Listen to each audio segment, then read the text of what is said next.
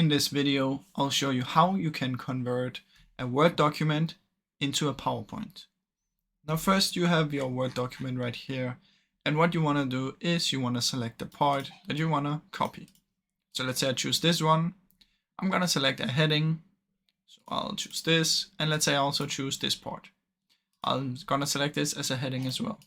Now you can see both these parts are with another text, and what I will do is I'm going to come up here to this little drop down box, press on more commands.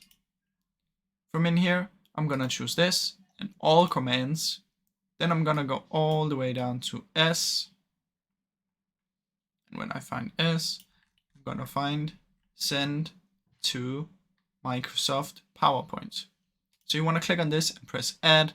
As you can see, I've already added it. Once this is done, you want to press OK.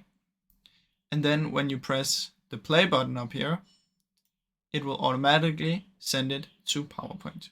And as you can see, it's only the part that we have saved that will come in here. So that's basically how you can do it, guys. It's super simple, and I really hope you enjoyed this video. If you did, please leave a like and subscribe, as it helps me out a ton. Thank you so much for watching.